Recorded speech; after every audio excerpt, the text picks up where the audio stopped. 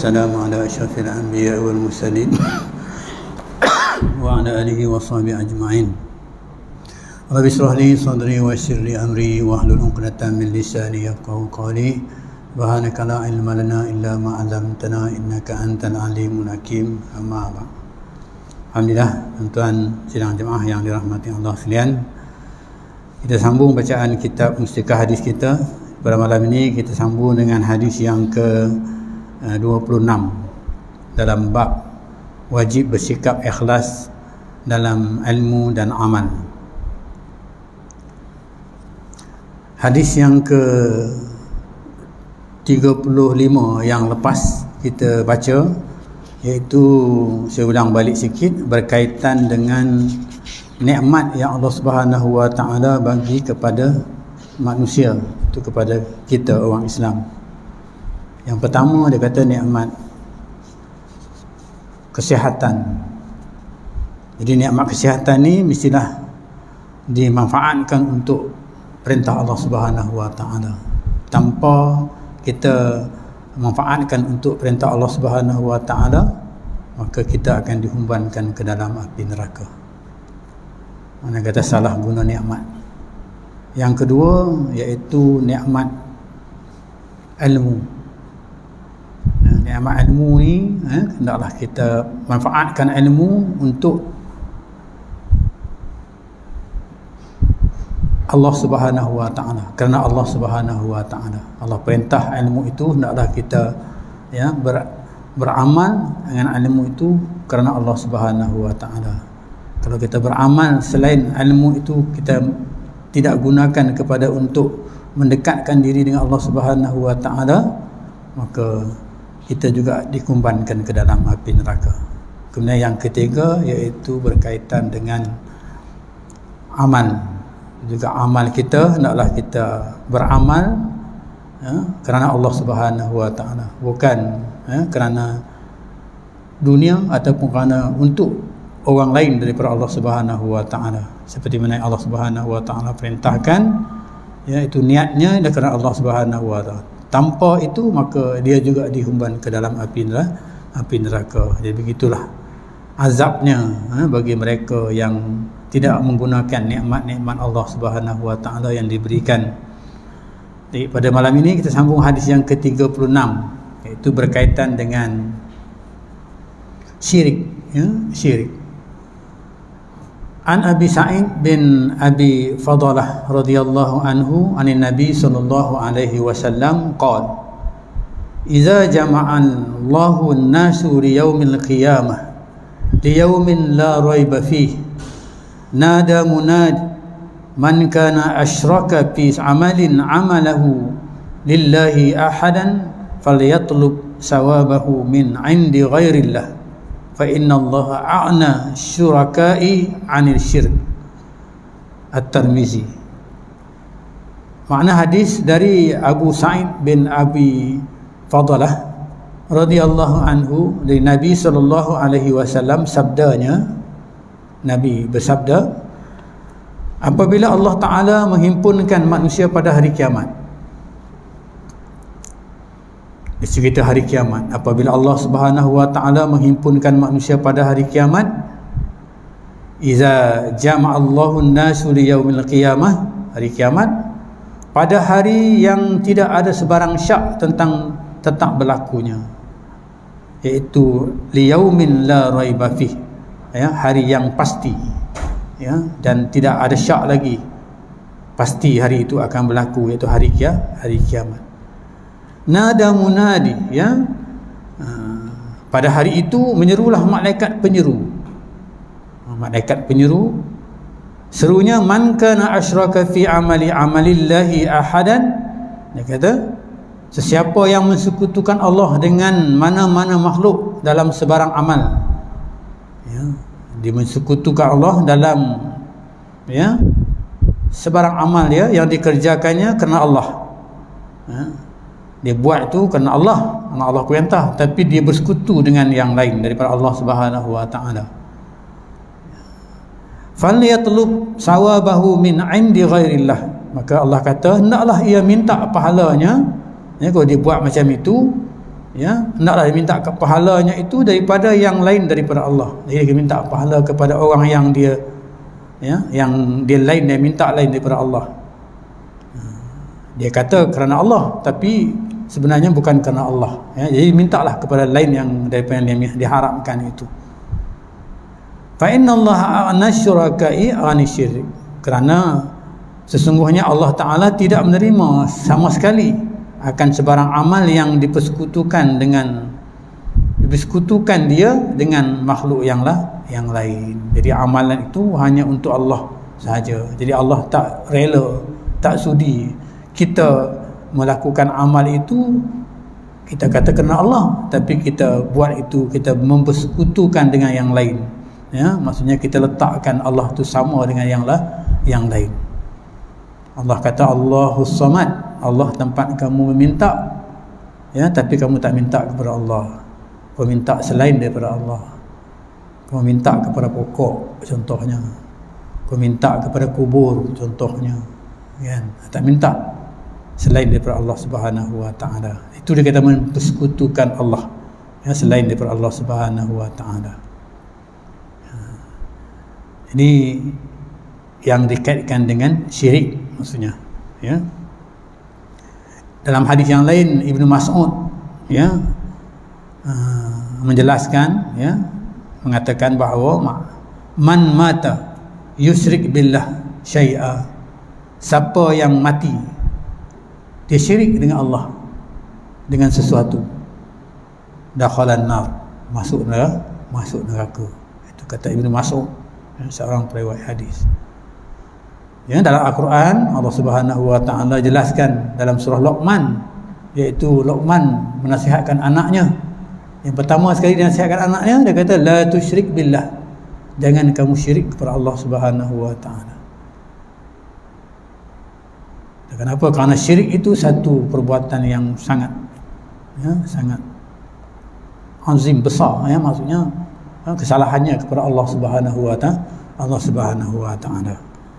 Okey, itu hadis, makna hadisnya, ya, yang kita baca pada malam ini. Maksudnya sesiapa yang mensekutukan Allah, ya, dengan mana-mana makhluk ataupun sebarang yang amalan yang dikerjakan, ya, makhluk ke, kalau sekarang ni dia buat tu kerana makhluk, kerana ada kadang-kadang dia buat tu kerana sesuatu, kerana mungkin kerana kumpulan, ya, kumpulan dia, bukan kerana makhluk, kerana kumpulan, satu persatuan dia, kerana persatuan dia sanggup buat begitu, tapi menolakkan, ya, hak Allah Subhanahu wa taala. Itu yang terlain daripada Allah Subhanahu wa taala. Baik, jadi apa yang kita boleh simpulkan dalam kitab ini, dia katakan berdasarkan kepada makna hadis tadi itu. Jadi hadis yang ke-36 ini, dia membuat dua kesimpulan. Kesimpulan yang pertama, dia kata peristiwa berhimpun di padang mahsyar ini berlaku, ya, peristiwa berlakunya perhimpunan di padang mahsyar, yaumul akhirah, yaumul hisab, yaumul qiyamah. Ini pasti berlaku. Dalam hadis disebut liyaumin la raiba fih, pasti berlaku, ya, nak ceritakan kepada kita tentang hari kiamat. Dan dalam hadis kumpulan hadis 40, hadis yang kedua, ya, ada juga dia menceritakan tentang bagaimana satu ketika Nabi SAW dia duduk, istilahnya berbincang, mengajar sahabat ketika itu bersama dengan Sayyidina Umar. Datang seorang laki-laki itu ialah malaikat Jibril. Dia menjelma dirinya malaikat Jibril, dan dia tanya Rasulullah SAW, akhbirni anil Islam. Maka Nabi kata, al-Islam an tashhada an la ilaha illallah wa anna Muhammadar Rasulullah wa tuqimas salah wa tu'tiya zakah wa tasu Ramadan wa tahajjul baita man istata'a ilaihi sabila. Kemudian ditanya lagi, akhbirni anil iman, akhbirni anil iman, ya. Maka Nabi kata, al-iman an tu'mina billah wa malaikatihi wa kutubihi wa rusulihi wal yaumil akhir. Ini dia kata li yaumil akhir ni, wal yaumil akhir wa tu'minu bil qadri khairi wa syarrihi. apa dia makna, apa dia yang dikatakan iman itu, maka Nabi kata iman itu ialah percaya dengan Allah, percaya kepada malaikat, percaya kepada Rasul, percaya kepada kitab, percaya kepada hari kiamat. Itu kita liyaumil hisab, yang kata hari yang tidak, mana kata hari yang mana tak mungkin tak berlaku, ya, hari yang pasti berlaku itu hari kiamat. Dan kita rukun iman yang kelima itu iaitu wajib percaya kepada hari kiamat. Tanpa kita ragu ataupun kita ragu-ragu dengan kepercayaan hari kiamat, maka dikatakan iman kita akan rosak, kan, akan gugur iman kita kerana kita tidak percaya kepada rukun iman yang 6 tadi. Iaitu salah satunya iaitu liyaumil akhirat, iaitu hari akhirat ataupun hari kiamat ataupun dikatakan hari hisab, yaumul hisab, ya. Banyaklah dikatakan hari itu namanya, tapi yang pasti dia itu hari kiamat, hari akhirat. Baik, huraian diterangkan berdasarkan kepada dua. Itu yang pertama. Yang kedua, dia kata, dia uraikan keputusan perbicaraan masing-masing akan dihebahkan dalam perhimpunan itu. Maknanya keputusan perbicaraan salah ke silap ke, timbangan yang menentukan pahalanya banyak, dosanya banyak dan sebagainya, itu dikatakan akan berlaku pada hari kiamat. Jadi perbicaraan masing-masing itu dengan Allah Subhanahu wa taala. Berbicaraan dengan Allah Subhanahu wa taala. Kalau kita bercara dekat dunia ni, mungkin kita perlu saksi, ya. Nak dapat saksi, kalau saksi mati susahlah, ya. Tak menanglah kita. Ataupun tak ada bukti-bukti yang kita boleh menjelaskan. Tapi perbicaraan di hari akhirat ni, bukti pasti ada, tak akan hilang bukti itu, ya? Sebab semua anggota kita akan menjadi saksi pada hari kiamat. Apatah lagi Allah Subhanahu wa taala, dia melihat apa yang kita lakukan. Jadi itu perbincangan dalam hadis ini nak menceritakan kepada kita yang berkaitan dengan syirik ini. Maksudnya wala tusyrik billah, naklah jangan kamu syirik kepada Allah, kata Luqman bin Hakim kepada anaknya yang Allah semadikan dalam Al-Quran. Antara peristiwa-peristiwa yang akan ditempuh oleh setiap orang pada hari kiamat, setiap manusia lah, ya, pada hari kiamat kelak, ialah peristiwa berhimpun di padang mahsyar. Peristiwa dihimpun di padang mahsyar. Banyaklah hadis-hadis, mungkin di akhir kitab ni kita akan jumpa nanti hadis-hadis yang berkaitan dengan peristiwa-peristiwa di padang mahsyar. Antaranya peristiwa di padang mahsyar itu yang besar, iaitu titian siratul mustaqim, mizan timbangan, kemudian yang Telaga Kausar. Ini disebut oleh Nabi SAW kepada seorang sahabat Nabi yang bertanya dia tentang hari kiamat, ya. Jadi akan berlaku peristiwa itu, iaitu peristiwa siratul mustaqim, ya. Jadi di mana semua orang akan melalui siratul mustaqim, jabatan siratul mustaqim, ya. Kemudian mizan timbangan dosa dan pahala, ya. Jadi banyak lagi lah akan berlaku. Itu dia kata berhimpun di padang mahsyar. Jadi susah senang ataupun berat ringannya kesusahan, ya, pada hari itu, ya, jadi susah ke senang ke yang akan dihadapi oleh orang yang dihimpunkan atau manusia-manusia yang dihimpunkan di padang mahsyar ketika itu, ya, senang ke susahnya yang akan dirasainya, ya, mungkin tak dirasai di dunia, akan dirasa di hari akhirat.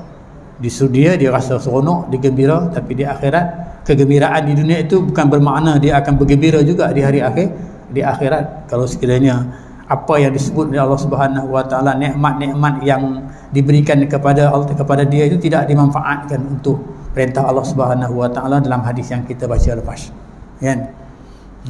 Jadi semuanya itu akan bergantung kepada amal masing-masing. Bergantung kepada amal kita lah. Nak ceritakan di sini, maksudnya bergantung kepada amal kita. Amal kita baik, maka baiklah apa yang kita dapat pada hari kiamat itu. Kalau amal kita tak baik, maka susahlah yang akan kita hadapi pada hari kiamat itu, ya. Sebab cerita hari kiamat ni bukan mudah. Kadang-kadang menunggu giliran untuk diperhitungkan, untuk ditimbangkan dosa dan pahala pun makan masa yang lama. Ya, kalau kita dekat dunia ni beratur panjang, sejam kita rasa dah lama, kan? Tapi di hari akhirat lebih lagi daripada itu. Ya. Kenapa? Kerana nak menentukan dia tu dekat mana ni dia ni. Ya. Berdasarkan kepada amal dia.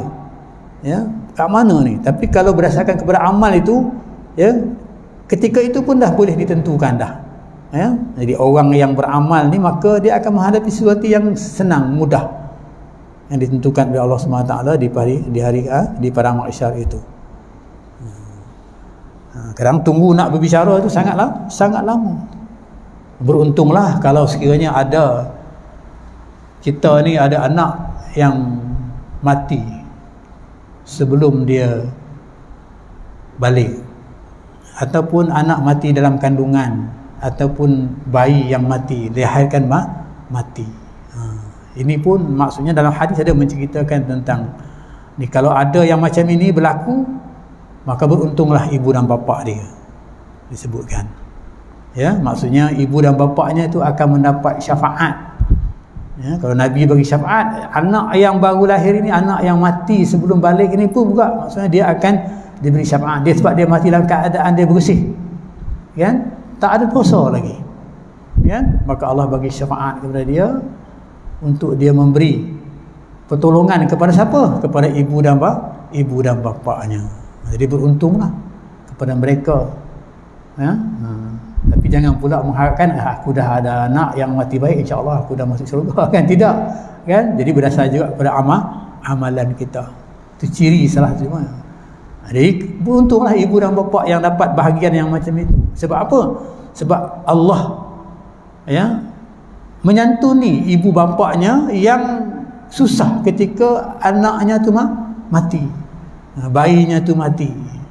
Dia mengharapkan bayi tu lahir, anak laki-laki ke anak perempuan ke, kemudian mendapat pendidikannya dengan baik, ya, dapat timangnya dengan baik, ya. Tiba-tiba belum sampai kepada peringkat untuk bersuka-suka dengan anaknya itu, anaknya pergi dulu, kan? Jadi Allah menyantuni orang yang macam ini, ibu bapa yang macam ni. Allah bagi pahala kepada ibu bapa yang macam ini, bersedih dia.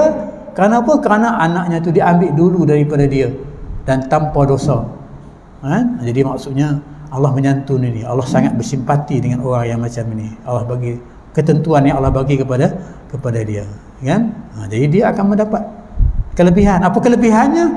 Iaitu kelebihannya mereka ini didahulukan timbangan mereka, dihisapkan mereka lebih dulu. Sebab apa mereka dihisapkan lebih dulu? Sebab anak-anak mereka ni menjerit-jerit kepada Allah Subhanahu wa taala, memohon-mohon. Ada kisah akan mengatakan bahawa Allah tanya kepada malaikat, kenapa budak-budak tu menjerit-jerit macam tu? Nak digambarkan macam keadaan kita di sini supaya kita lebih faham di dunia ni. Tapi kalau disebutkan tak payah menjerit pun maksudnya Allah dah tahu, tapi nak digambarkan supaya kita lebih faham. Ya.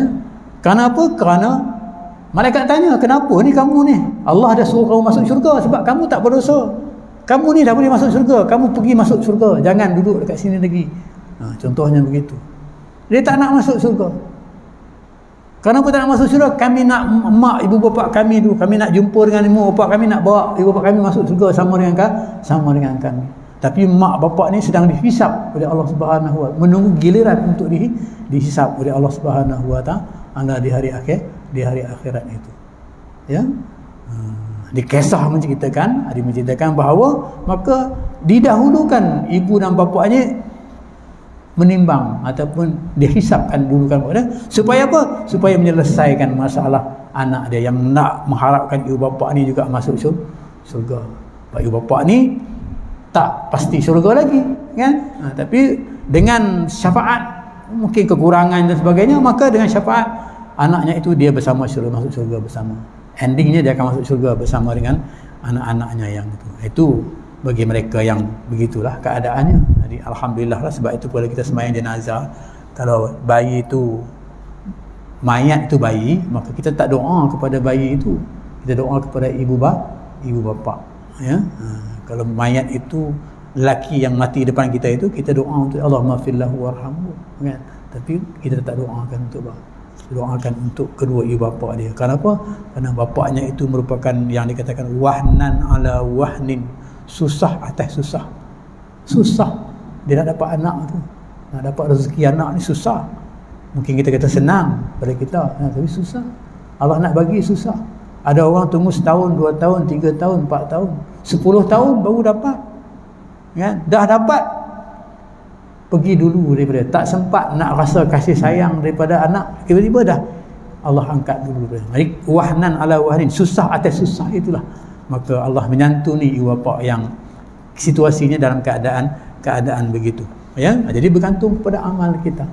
Ya, jangan mengharapkan kepada syafaat sahaja. Ya, mungkin syafaat tak ramailah orang yang dikatakan syafaat kepada anak tadi. Mungkin kepada syafaat kepada Nabi SAW, kan? Kadang-kadang syafaat kepada Nabi pun tak pasti kita akan dapat. Ya, sebab kadang-kadang kita pun bila nak selawat berat mulut kita, kan? Bukan daripada golongan orang yang orang kata yang lidah, yang ringan lidahnya, ya, untuk berselawat kepada Nabi SAW, untuk mendapat syafaat Nabi SAW. Jadi di hari akhirat mereka itu akan ditimbang, akan bergantung kepada amal mereka itu. Jadi, selepas mereka tunggu untuk dihisab segala amalan mereka dan diisytiharkan keputusannya.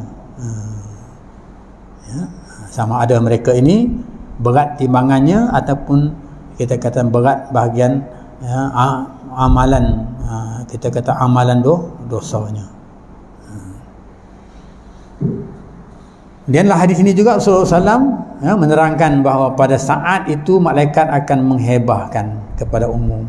Macam disebutkan tadi lah, malaikat akan menghebahkan kepada umum siapa yang melakukan syirik, khusus untuk syirik lah. Sesiapa yang melakukan syirik, iaitu mempersekutukan mana-mana makhluk dengan Allah Subhanahu Wa Taala dalam amalnya. Ya, dia mensekutukan makhluk ataupun yang lain lah daripada yang bersama dengan Allah Subhanahu Wa Taala dalam amalannya.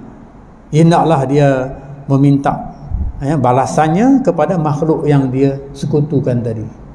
Kalau dia buat tu kerana apa? Kerana orang tu, maka dia minta lah pahala daripada orang itu.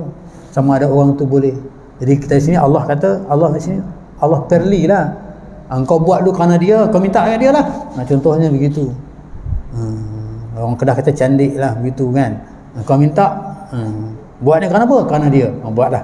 Kau minta lah balan daripada sini. Jadi Allah tak mau terima. Bukan buat untuk aku.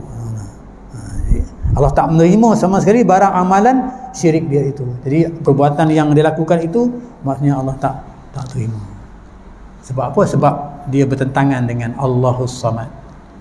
Allah tempat kita meminta, tapi kita minta selain daripada Allah Subhanahu Wa Taala. Dalam kitab ni tak dihuraikanlah, ya, tentang kepada siapa yang kita minta. Kalau kita berdasarkan kepada hari yang lepas-lepas, ya, kadang-kadang kita ni pergi minta kepada sakit, nak minta sembuh sakit, pergi minta kepada bomoh. Bomoh pula bukan bomoh yang berdasarkan kepada Al-Quran, ya, dia berdasarkan kepada amalan orang tu, ya. Kalau saya kat Kedah tu dulu pergi jumpa bomoh Syam, dah tahulah dia kafir, kan? Tahulah dia tu kafir. Kita nak minta ubat tu, minta nak sembuhkan penyakit tu, pergi jumpa bomoh Syam, ya.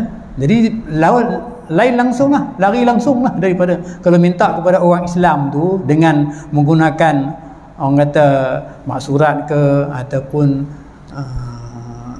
ayat-ayat Quran ke, ru'yah ke dan sebagainya, itu ada yang mengatakan boleh, ya, boleh lah, maksudnya Nabi pun pernah buat begitu, tapi dia tak minta kepada yang itu, dia minta kepada yang lain macam itu, kan? Jadi ini satu lain lah. Sebab Allah kata tidak minta kepada Allah yang sepatutnya minta, bukannya kepada orang lain daripada Allah Subhanahu Wa Taala. Apatah lagi kepada orang yang tidak menyembah Allah Subhanahu Wa Taala. Syirik lah tu, ya. Saya tu kecil-kecil kat Kedah, kadang-kadang Pak Haji pun pergi minta doa dengan Syam. Ya? pakai songkok putih pergi rumah Siam minta ubat nak menyembuhkan penyakit. Na'udzubillah. Kenapa? Kerana kurang ilmu lah. Mungkin hari ini tak ada lagi dah kot, kan? Hari tak ada lagi lah. Dulu kerana kurang ilmu, pergilah kita ke sana, ya, minta. Itu contohnya lah, ya. Ataupun kita buat sesuatu tu kerana sesuatu yang lain. Mungkin kerana penunggu, istilahnya penunggu, kan? Penunggu. Dalam Al-Quran juga ada penunggu, iaitu qarin. Qarin ni penunggu juga, ya. Orang yang bersama dengan kita, qarin. Ni penunggu ni maksudnya, contohnya kalau dulu kecil-kecil kita dulu nak berjalan masuk kampung, yang kita tak pernah masuk kampung tu, baru pergi tempat tu, kita selalu menggunakan kalimah minta maaf tu nak tumpang lalu. Saya ingat lagi ayat itu, kan? Minta maaf tu nak tumpang lalu. Tu mana wallahu alam, tak tahu, kan? Tak apa dia, kan? Tapi selalu dipesan kepada kita, minta sebut yang itu, maaf tu nak tumpang lalu, takut nanti ada gangguan dan sebagainya, kan?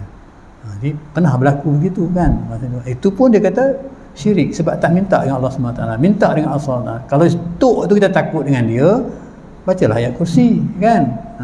Allah kata melindungkan daripada tu yang kita takut itu, kan? Bukan maknanya kita takut dengan dia, kita buat apa yang dia suruh. Banyaklah amalan-amalan lagi, ya, yang berkaitan dengan, boleh kita kategorikan dia sebagai syirik. Dia minta itu bukan kerana Allah, tapi dia minta itu kerana orang itu, ya, kerana kelebihan orang itu, keistimewaan orang itu, bukan kerana Allah Subhanahu Wa Taala. Sedangkan yang menyembuh penyakit itu ialah Allah Subhanahu Wa Taala.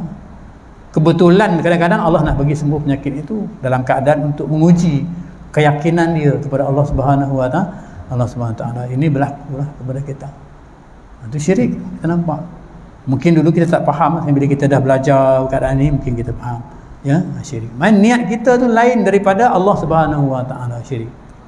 Sampai kita katakan, Ibnu Maksum sebut, man mata, siapa yang mati yusyrik billah syai'a, siapa yang mati bersekutu dengan Allah, mensyirik dengan Allah dengan sesuatu, ya, finnar, masuk neraka, dia kata Ibnu Maksum.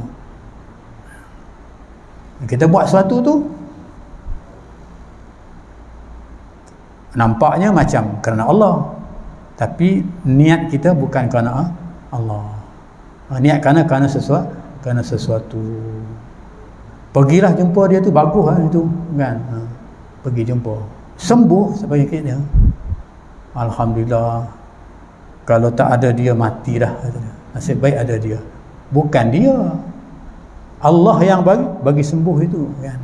Kalau kita faham gitulah maksudnya, jadi kita hanya bersyukur kepada Allah Subhanahu Wa Taala. Mungkin kita pergi minta dengan dia baik, kerana apa? Kerana mungkin ada kebaikan yang Allah nak bagi. Kebaikan yang Allah nak bagi sembuh kita itu melalui dia.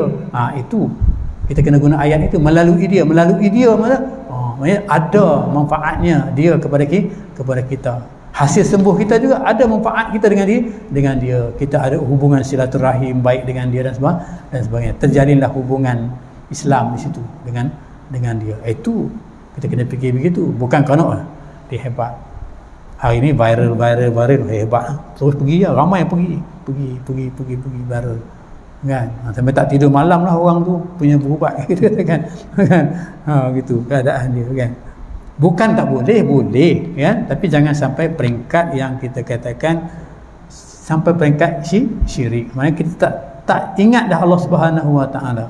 Sedangkan yang menyembuhkan penyakit itu bukan dia, Allah Subhanahu Wa Taala. Mungkin melalui dia, mungkin ada kelebihan yang Allah nak bagi kepada dia ni boleh, itu berdasarkan kepada amalan dia dengan Allah Subhanahu Wa Taala, maka Allah bagilah keistimewaan kepada dia, engkau boleh buat begini dan sebagainya. Sebab Nabi pun pernah kena syirik. Nabi pernah kena sihir dengan orang Yahudi, ya, demam, sakit, tak berhenti-henti, lama sangat sakitnya, sampai dah timbul, kita katakan sahabat-sahabat ni dah risau lah, Nabi ni tak baik-baik, demam ni kenapa? Kalau kita demam lah, istilahnya tu sakit lah, ya. Jadi malaikat Jibril datang ziarah Nabi, beritahu pada Nabi, ya Rasulullah, kamu ni sakit kamu ni buatan orang, buatan makhluk, disihir oleh orang Yahudi. Nabi tahulah. Bahawa Nabi, bahawa sini kita faham bahawa Nabi tu dia macam kita juga, manusia biasa, dia sakit. Ya. Tahulah dia sakit. Maka malaikat beritahulah pada dia, kamu sakit di sihir. Untuk nak melegakan penyakit ini, maka kamu buatlah. Ni ada yang kaedah mengatakan sihir itu diikat tali 7 ikatan tali kan. Pasti 7 ke 9 kan gitu.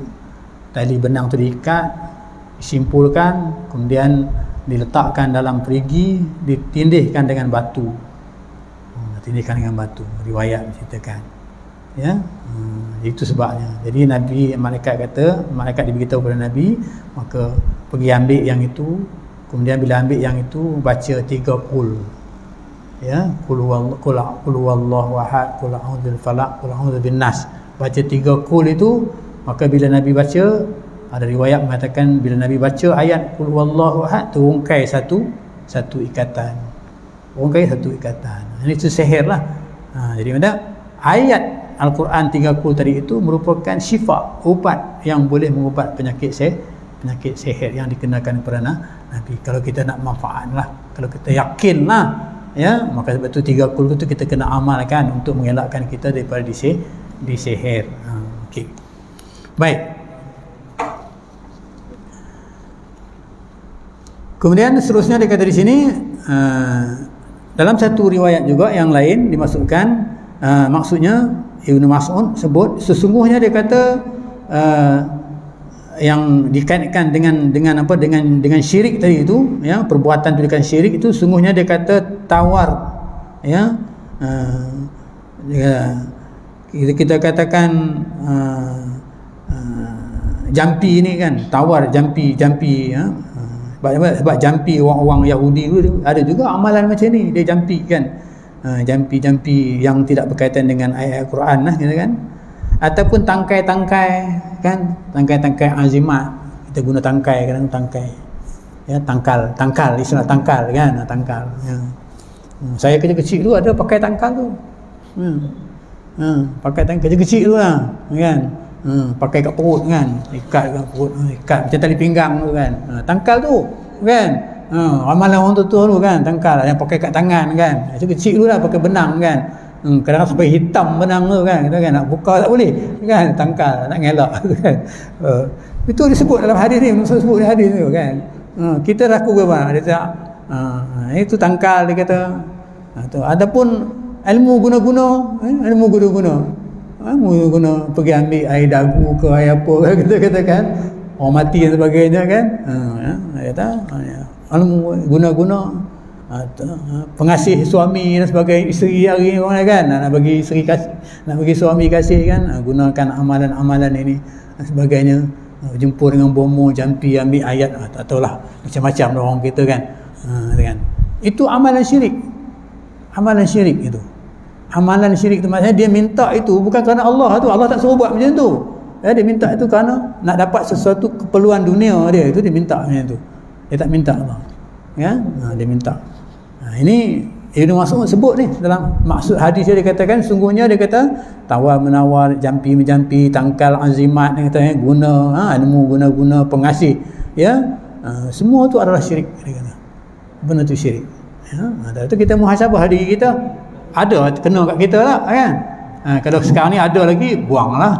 Dulu kecil-kecil tak apalah, kita tak tahu kan. Kecil-kecil tak tahulah, tak apa. Macam saya dulu kan, tahu juga kan, tapi bila dapat anak pertama, mandi apa, tian orang kata, mandi tian. Ya, mandi atas tangga oleh bidan. Ya, bidan tu mandi kita dengan isteri kita kembal pakai kain, kita pakai tuala duduk atas tangga kan. Lepas tu disiramlah mandi kita. Siram mandi kita. Masa tu beberapa bulan isteri kita kan, nak tengok isteri kita tu kan, kandungan dalam rumah, dalam perut isteri kita tu laki-laki ke perempuan. Kemudian lepas tu buat upacara tu, kemudian dia belahlah buah kelapa. Belah buah kelapa, kalau kelapa tu terlentang, oh ni perempuan lah. Kalau kelapa tu tertungkup, ni laki-laki lah katanya kan, gitu.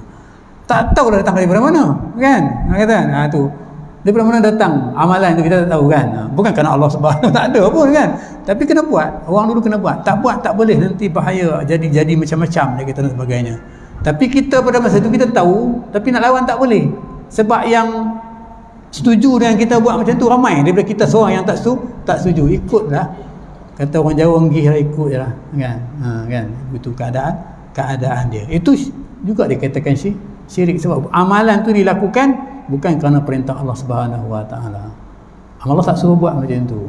Kalau hari ni nak tengok lelaki-lelaki perempuan, pergi scan kan, senang kan, kita kan dah tahu lah lelaki perempuan, tak payahlah sains teknologi hari ni kan. Tapi pada masa itu kan, keadaan dia gitu.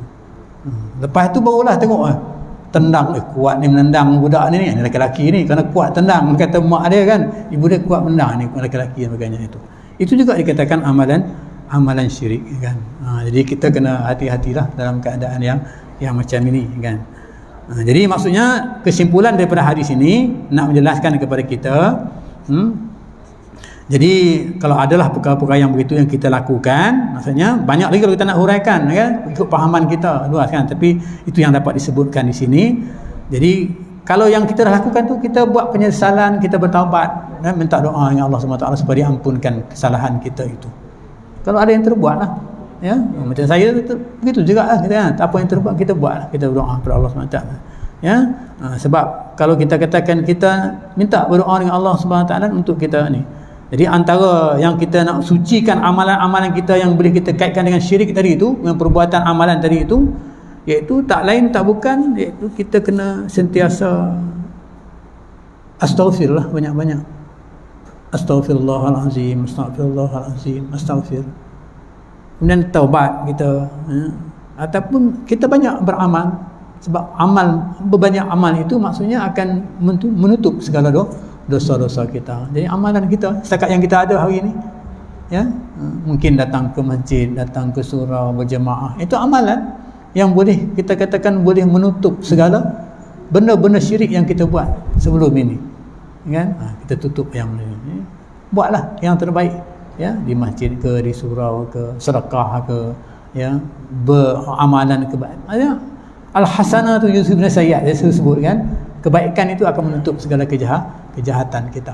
Jadi di akhir-akhir ni kita kena perbanyakkan sayyi'ani amalan salihat, ya. Di akhir-akhir ni kita kena perbanyakkan amalan salihat kita, supaya amalan salihat kita itu menutup amalan-amalan jahat kita yang lepas. Itu terpulang kepada kita lah, ya. Jadi kalau kita dapat muhasabah diri dalam keadaan itu, kita orang kata hisab balik diri kita, kata Sayyidina Umar, ya, hasibu qabla an tuhasibu, hisablah diri kamu sebelum kamu dihisab, maka ini dapat menyelamatkan kita. Ya, ada benda kadang-kadang kita recall balik kan, saya buat ni, kadang-kadang orang tak tahu, kita yang tahu kan. Jadi tak lain tak bukan hanya kita bertaubat, dan kita bertaubat pun tak payah kita beritahu kepada orang lain, kita dengan Allah saja bertaubat kan. Dosa benda besar mana pun tak perlu kita bagi, aku ni berzina, aku nak bertaubat, tak payah beritahu dengan orang lain, kita katakan kita dengan Allah Subhanahu Wa Taala saja. Tapi nak fokus itu, ya, di ujung-ujung akhir ayat kita ini, maka itulah yang kita kena perlu lakukan untuk menolak yang dikatakan wala tusyrik billah, yang dikatakan Allah Subhanahu Wa Taala, ceritakan Allah Subhanahu Wa Taala semadikan dalam Al-Quran yang disebutkan oleh Luqman bin Hakim pada anaknya, la tusyrik billah, jangan kamu syirik kepada Allah Subhanahu Wa Taala, kan. Itu yang kita kena, kan. Jadi akhirnya marilah sama-sama kita perbaiki, ya, amalan kita, supaya kalau ada yang berkaitan dengan yang disebutkan syirik ini, ya, maka hendaklah kita hindarkan, jauhkan, dan perbanyakkanlah amalan-amalan yang diperintah oleh Allah Subhanahu Wa Taala. Semoga dengan itu dapat diampunkan oleh Allah Subhanahu Wa Taala. Sebab apa? Sebab ada juga disebut faman raghiba an sunnati falaysa minni, kata Nabi, siapa yang berpaling, ya, daripada sunnah aku, siapa yang berpaling daripada sunnah aku. Sunnah ni apa-apa yang kita nak buat kena ikut Nabi lah, kan. Tapi kalau berpaling daripada sunnah Nabi, tu maka dia kata falaysa minni, kata Nabi, dia bukan daripada kalangan aku, kan. Jadi kita na'udzubillah min zalik, kita harap kita tidak daripada kalangan yang kata lari, ya, berpaling daripada sunnah Rasulullah sallallahu alaihi wasallam. Aku qouli hadza wa astaghfirullahalazim. Assalamualaikum warahmatullahi wabarakatuh. Bismillahirrahmanirrahim. Alhamdulillahirabbil alamin, wassalatu wassalamu ala asyrafil anbiya wal mursalin wa ala alihi washabihi ajma'in. Allahumma ja'al jam'ana hadza jam'an marhuma wa tafarruqana tafarruqan ma'suma. Rabbana atina fid dunya hasanah wa fil akhirati hasanah wa qina adzabannar. Walhamdulillahi rabbil alamin. Wa balallahu minkum.